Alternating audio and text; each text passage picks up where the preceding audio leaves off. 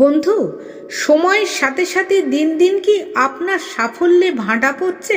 অর্থাৎ যে কাজটি আপনি দক্ষতার সাথে করছেন তার সঠিক মূল্যায়ন হচ্ছে না, উপরন্তু নানা দিক দিয়ে নানা সমস্যায় জড়িয়ে পড়ছেন।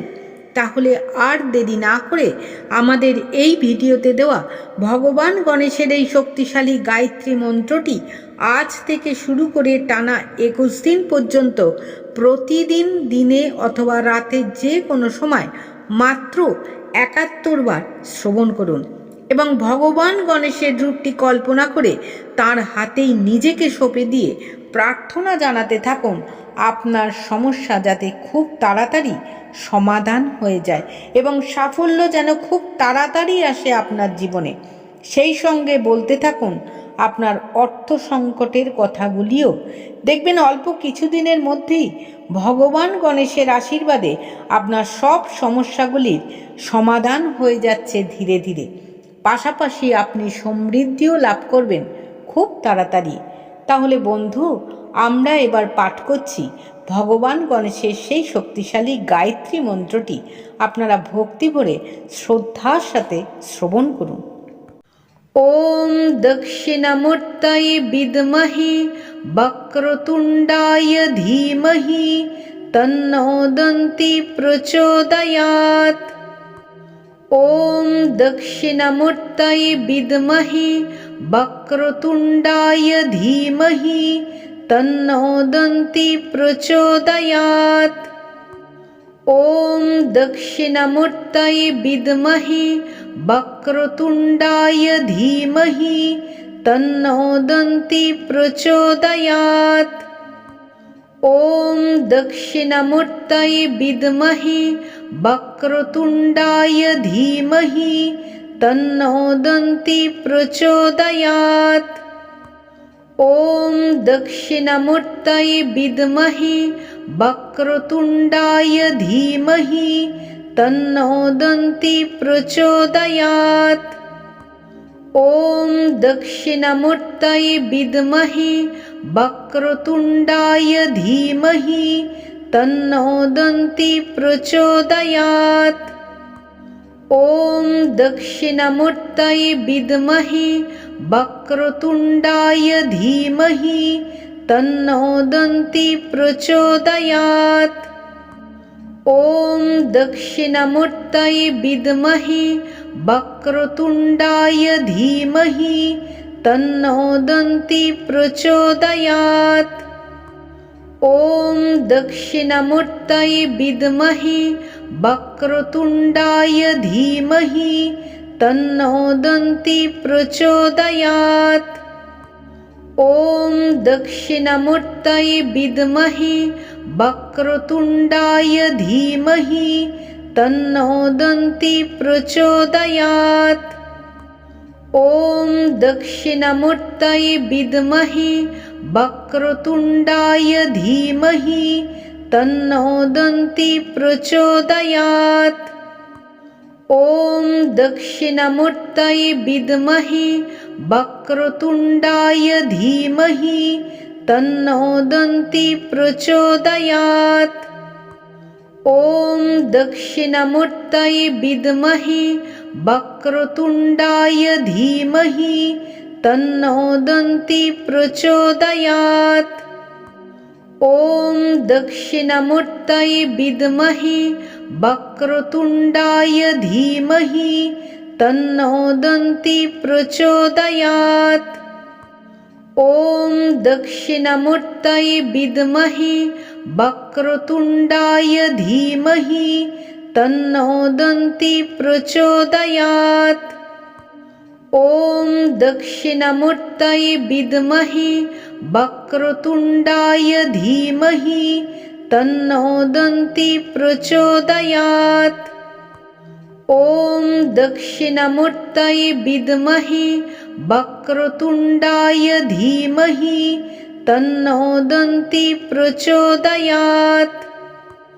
ওম দক্ষিণামূর্তয়ে বিদ্মহে বক্রতুণ্ডায় ধীমহি তন্নো দন্তি প্রচোদয়াৎ। ওম দক্ষিণামূর্তয়ে বিদ্মহে वक्रतुण्डाय धीमहि तन्नो दन्ती प्रचोदयात्। ॐ दक्षिणमूर्तये विद्महे वक्रतुण्डाय धीमहि तन्नो दन्ती प्रचोदयात्। ॐ दक्षिणमूर्तये विद्महे वक्रतुण्डाय धीमहि तन्नो दन्ती प्रचोदयात्। ॐ दक्षिणमूर्तये विद्महे वक्रतुण्डाय धीमहि तन्नो दन्ती प्रचोदयात्। ॐ दक्षिणमूर्तये विद्महे वक्रतुण्डाय धीमहि तन्नो दन्ती प्रचोदयात्। ॐ दक्षिणमूर्तये विद्महे वक्रतुण्डाय धीमहि तन्नो दन्ती प्रचोदयात्। ॐ दक्षिणमूर्तये विद्महे वक्रतुण्डाय धीमहि तन्नो दन्ती प्रचोदयात्। ॐ दक्षिणमूर्तये विद्महे वक्रतुण्डाय धीमहि तन्नो दन्ती प्रचोदयात्। ॐ दक्षिणमूर्तये विद्महे वक्रतुण्डाय धीमहि तन्नो दन्ती प्रचोदयात्। ॐ दक्षिणमूर्तये विद्महे वक्रतुण्डाय धीमहि तन्नो दन्ती प्रचोदयात्। ॐ दक्षिणमूर्तये विद्महे वक्रतुण्डाय धीमहि तन्नो दन्ती प्रचोदयात्। ॐ दक्षिणमूर्तये विद्महे वक्रतुण्डाय धीमहि तन्नो दन्ती प्रचोदयात्। ॐ दक्षिणमूर्तये विद्महे वक्रतुण्डाय धीमहि तन्नो दन्ती प्रचोदयात्। ॐ दक्षिणमूर्तये विद्महे वक्रतुण्डाय धीमहि तन्नो दन्ती प्रचोदयात्। ॐ दक्षिणमूर्तये विद्महे वक्रतुण्डाय धीमहि तन्नो दन्ती प्रचोदयात्। ॐ दक्षिणमूर्तये विद्महे वक्रतुण्डाय धीमहि तन्नो दन्ती प्रचोदयात्। ॐ दक्षिणमूर्तये विद्महे वक्रतुण्डाय धीमहि तन्नो दन्ती प्रचोदयात्। ॐ दक्षिणमूर्तये विद्महे वक्रतुण्डाय धीमहि तन्नो दन्ती प्रचोदयात्। ॐ दक्षिणमूर्तये विद्महे वक्रतुण्डाय धीमहि तन्नो दन्ती प्रचोदयात्। ॐ दक्षिणमूर्तये विद्महे वक्रतुण्डाय धीमहि तन्नो दन्ती प्रचोदयात्। ॐ दक्षिणमूर्तये विद्महे वक्रतुण्डाय धीमहि तन्नो दन्ती प्रचोदयात्। ॐ दक्षिणमूर्तये विद्महे वक्रतुण्डाय धीमहि तन्नो दन्ती प्रचोदयात्। ॐ दक्षिणमूर्तये विद्महे वक्रतुण्डाय धीमहि तन्नो दन्ती प्रचोदयात्। ॐ दक्षिणमूर्तये विद्महे वक्रतुण्डाय धीमहि तन्नो दन्ती प्रचोदयात्। ॐ दक्षिणमूर्तये विद्महे वक्रतुण्डाय धीमहि तन्नो दन्ती प्रचोदयात्। ॐ दक्षिणमूर्तये विद्महे वक्रतुण्डाय धीमहि तन्नो दन्ती प्रचोदयात्। ॐ दक्षिणमूर्तये विद्महे वक्रतुण्डाय धीमहि तन्नो दन्ती प्रचोदयात्।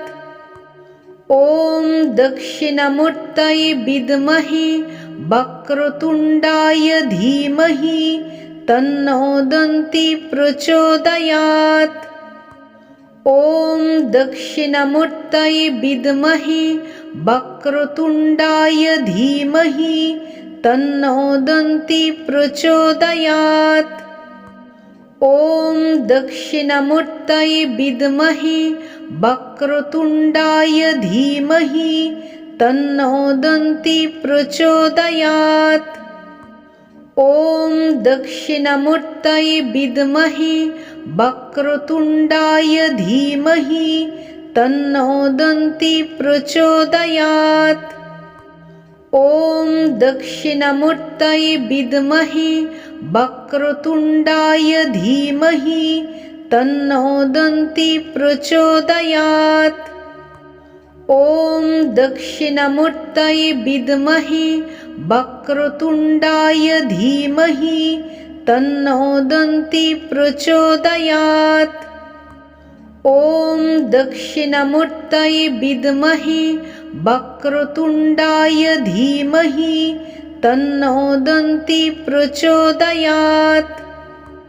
ॐ दक्षिणमूर्तये विद्महे वक्रतुण्डाय धीमहि तन्नो दन्ती प्रचोदयात्।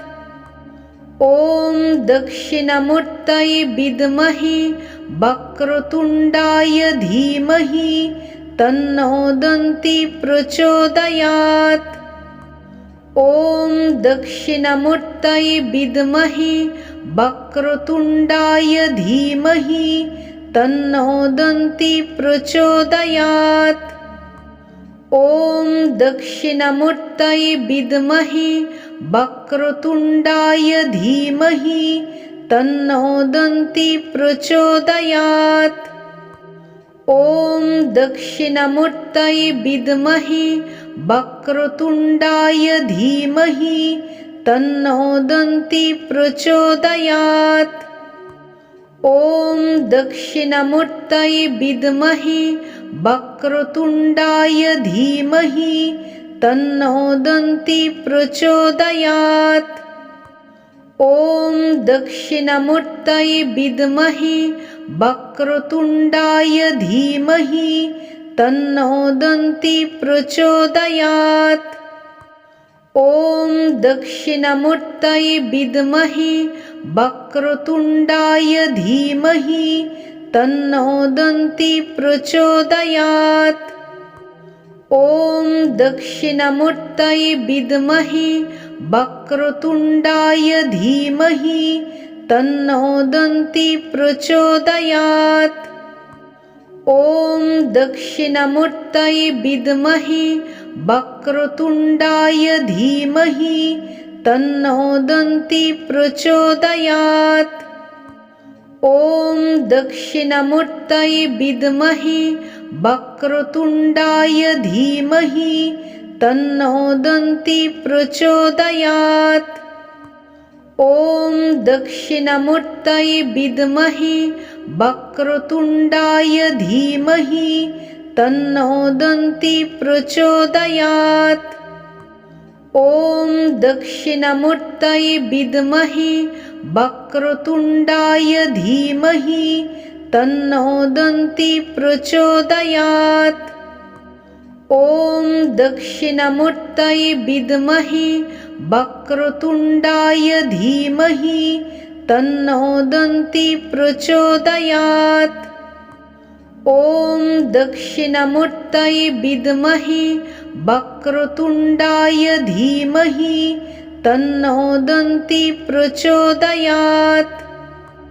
ॐ दक्षिणमूर्तये विद्महे वक्रतुण्डाय धीमहि तन्नो दन्ती प्रचोदयात्। ॐ दक्षिणमूर्तये विद्महे वक्रतुण्डाय धीमहि तन्नो दन्ती प्रचोदयात्। ॐ दक्षिणमूर्तये विद्महे वक्रतुण्डाय धीमहि तन्नो दन्ती प्रचोदयात्।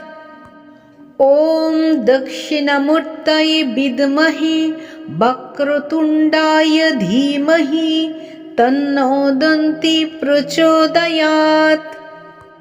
ॐ दक्षिणमूर्तये विद्महे वक्रतुण्डाय धीमहि तन्नो दन्ती प्रचोदयात्।